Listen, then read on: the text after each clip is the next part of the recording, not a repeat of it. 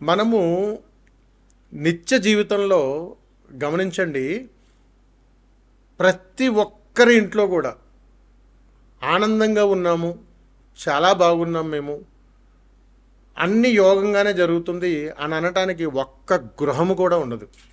అన్ని సమస్యలే. ప్రతి ఇంట యందు సమస్య. ప్రతి ఇంట్లో నలుగురు ఉంటారు, నలుగురు మనస్తత్వాలు కలవు. ప్రతి ఇంట్లో ఇద్దరే ఉంటారు, ఇద్దరు మనస్తత్వాలు కలవు. కానీ మానవ జన్మనెత్తినటువంటి మనకు ఎందుకు ఇంత రకమైనటువంటి వైపరీత్యాల మధ్యలో మనం ఉండిపోతున్నాం అని అడిగితే, భగవంతుడు ఇచ్చినటువంటి వరప్రసాదంలో ఈ దేహానికి ఉన్నటువంటి పరమార్థం మనం తెలుసుకోలేనప్పుడు మనం అనేక రకాలైనటువంటి సమస్యల్లో చిక్కుకుపోతూ ఉంటాం.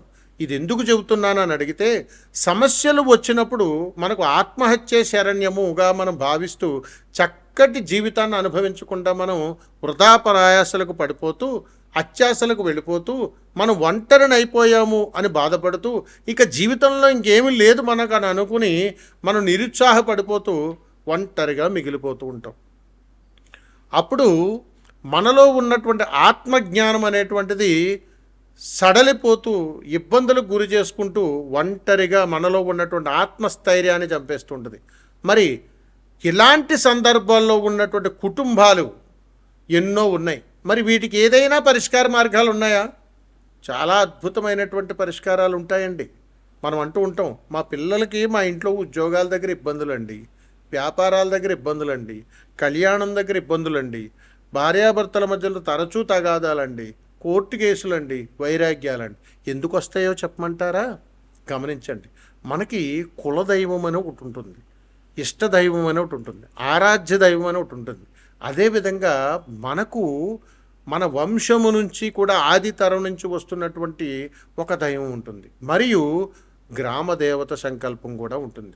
మీరు ఎప్పుడైనా గమనించండి, మనం ఏ గ్రామంలో పుట్టామో ఆ గ్రామ దేవత యొక్క అనుగ్రహంగానే మన కుటుంబం మీద ఉన్నదా, ఎన్నటికీ నీవు నీ జీవితంలో ఏ ఇబ్బందులు ఎదుర్కోవు. ఇది ఖచ్చితమైనటువంటి శాసనం. అందుకని గ్రామ దేవతలకు ఉన్నటువంటి శక్తి ఈ భూమండలం మీద ఎవరికి ఉండదు.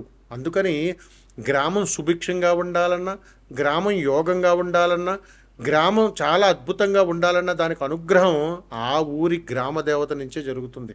మరి మనము మన ఊరి గ్రామదేవతను విస్మరించి, మన కులదైవాన్ని విస్మరించి, మన ఇష్టదైవాన్ని విస్మరించి, ఎక్కడో లాభం కలుగుతుందంటే అక్కడికి వెళ్ళి దర్శనం చేసుకుంటే, ఎక్కడో లాభం కలుగుతుందంటే అక్కడ పోయి దర్శనం చేసుకుని కాసేపు కూర్చుంటని తెలియనటువంటి తత్వంతో మనం చేసేటువంటి చిన్నపాటి తప్పిదాల వలన ఇప్పుడు నేను చెప్పినటువంటి సమస్యల వలయంలో మనం చిక్కుకుపోతుంటాం. వీటన్నింటి నుంచి పరిష్కార మార్గం ఏమున్నది మీరే గమనించండి. మన ఇంటికి దూరంగా వెళ్ళిపోయిన తర్వాత మళ్ళీ మన ఇంటికి బిడ్డలు వస్తున్నారు అనుకోండి, అన్ని రకాల పదార్థాలు వండి పెట్టేస్తుంటాం. అదేవిధంగా మన కడుపును పుట్టినటువంటి బిడ్డలు ఎక్కడైనా దూర ప్రాంతాలకు వెళ్ళి చదువుకుని వాళ్ళు మళ్ళీ వస్తున్నారు అనుకోండి, 2-3 ఏళ్ల తర్వాత చక్కగా వారికి కావాల్సినవన్నీ వండి పెడుతూ ఉంటాం. అంటే దూరం పెరిగే కొద్దీ సంతృప్తికరమైనటువంటి అనుబంధం మళ్ళా మనల్ని ఆశ పుట్టిస్తుంది. అలాగే మనల్ని ఎప్పుడూ కూడా ఏ జీవుడైతే ఏ గ్రామము చెంత నుంచి అయితే జన్మించి ఉన్నాడో ఆ గ్రామ దేవత యొక్క అనుగ్రహం జీవుడి మీద ఉండి తీరాల్సిందే.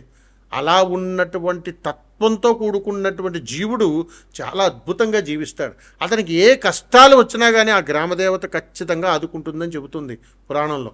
అందుకని ఎప్పుడన్నోనమ్మా మనము తెలియనటువంటి ప్రయత్నాలు చేసి కొత్త కొత్త పోకట్టలకు పోయి మన యొక్క ఈ గ్రామదేవతలను విస్మరించడం ద్వారా అనేక రకాలైనటువంటి సమస్యల్లో ఖచ్చితంగా చిక్కుకుపోతుంటాం. మీరు గమనించండి, మీరు ఎక్కడ పుట్టిన ఎంత పెద్ద పెద్ద పట్టణాల్లో, ఎంత పెద్ద విదేశాల్లో మీరు స్థిరపడ్డా కానీ మీరు అంత బాగున్నారు అంటే గల కారణం ఆ ఊరి గ్రామదేవతే.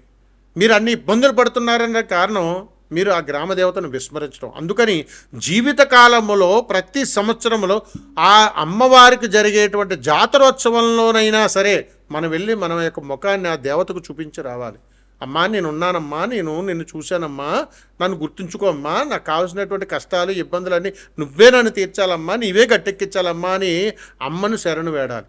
అందుకని గ్రామ దేవతలకు ఉన్నటువంటి శక్తిని వర్ణించడానికి కూడా వర్ణనాతీతం. అంతటి యోగకరమైనటువంటి అనుగ్రహం గ్రామ దేవతల దగ్గర. ఈ రోజుకి కూడా మన ఇంట యందు ఇన్ని సమస్యలు వస్తున్నాయని అడిగితే ఒక్కటే పరిష్కార మార్గం, నువ్వు ఏ గ్రామంలో అయితే జన్మించో అక్కడికి వెళ్ళిపోండి కుటుంబంతో, ఒక్కసారి వెళ్ళి దర్శించుకుని రండి చాలు, అద్భుతమైనటువంటి యోగం పడుతుంది. సర్వే జన సుఖినో భవంతు. శుభం. నమస్కారం.